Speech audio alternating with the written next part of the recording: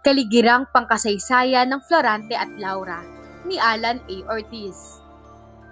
Isa sa layunin ng mga Espanyol sa kanilang ekspedisyon sa pamumuno ni Ferdinand Magellan ay palaganapin ang relihiyon at nakarating sa Timog Silangan ng Samar noong Marso 16, 1521. Sa ekspedisyon ni Miguel Lopez de Legazpi noong 1565 ay nagtayo ng permanenteng paninirahan ng mga Espanyol sa Cebu hanggang itinatag ang paghilaga hanggang maabot ng mga kolonyanista ang look ng Maynila. Dito nagsimula ang kolonisasyon ng Espanya na nagtagal ng 3 siglo. Sa matagal na pananakop na ito, nadagdagan ng uri ng panitikan sa Pilipinas na ang karamihan sa mga ito ay patungkol sa pananampalataya at relihiyon. Isa na rito ang awit at korido na isang uri ng panitikang lumaganap sa Europa noong gitnang panahon na pumapaksa sa pag-ibig at pakikipagsapalaran. Ang ganitong uri ng panitikan ay sinasabing nagmula sa Mexico sa pamagitan ng kalakalang galyon upang gamitin sa pagpapalaganap ng relihiyon sa Pilipinas. Tinangkilik ng mga katutubo ang ganitong panitikan dahil sa mga tauhan, tagpuan at mga aral sa buhay at pananampalatayang nakapaloob dito, bukod sa pagiging uri ng libangan upang makalimot sa hirap ng buhay na dinaranas sa kamay ng mga malupit na Espanyol. Mahigpit ang sensura noong panahong iyon dahil ayaw ng mga Espanyol na maglathala ng babasahin o mapalabas ng dulang tumutuligsa sa Espanya. Gayunman, hindi nagpigil ng mga pamahalaan ang mga Pilipinong maglathala ng mga babasahing may paghihimagsik sa kanila. Isa na rito ang Florante at Laura na may orihinal na pamagat na pinagdaan ng buhay ni Florante at Laura sa Cariang Albania. Kinuha sa dating kwadro historiko o pinyurang nagsasabi sa mga nangyayari ng unang panahon sa imperyo ng Gresya at tinula ng isang matuwain sa bersong Tagalog. Masasabing hindi lamang ito isang ordinaryong awit bagkus may malalim na kahulugan at konteksto sa kasaysayan ng panahon.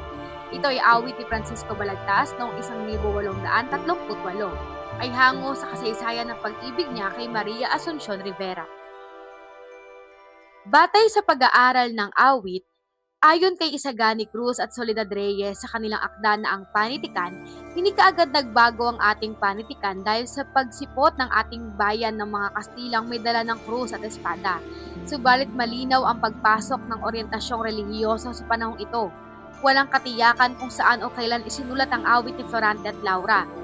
May ilang dalub-aral ang nagsasabing isinulat ni Balagtas ito sa bilangguan sa Pandakan sa pagitan ng 1835 at 1838 nang ipakulong ni Mariano Capule.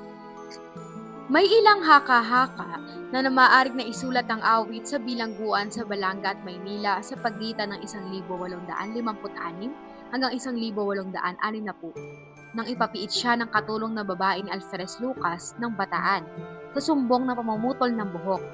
800 hanggang 1,900. Marami-rami rin ang nailimbag na Florante at Laura ni Balagtas sa panahong ito na isa sa basihan ng kasikatan ng anumang aklat ng panahong ito. Ang 1,861 na kopya ay napasa kamay ni Carlos Ronquillo, isang mananalaysay. Ayon sa kanya, ang limbag ay inimprenta sa papel de China. Binanggit din niyan si T.H. Pardo de Tavera, isang mananalaysay na nag-aral ng kasaysayan ng Pilipinas ay nag-iingat naman ng edisyon 1870 na nalimbag ng imprenta de B. Gonzales Mora sa Binondo.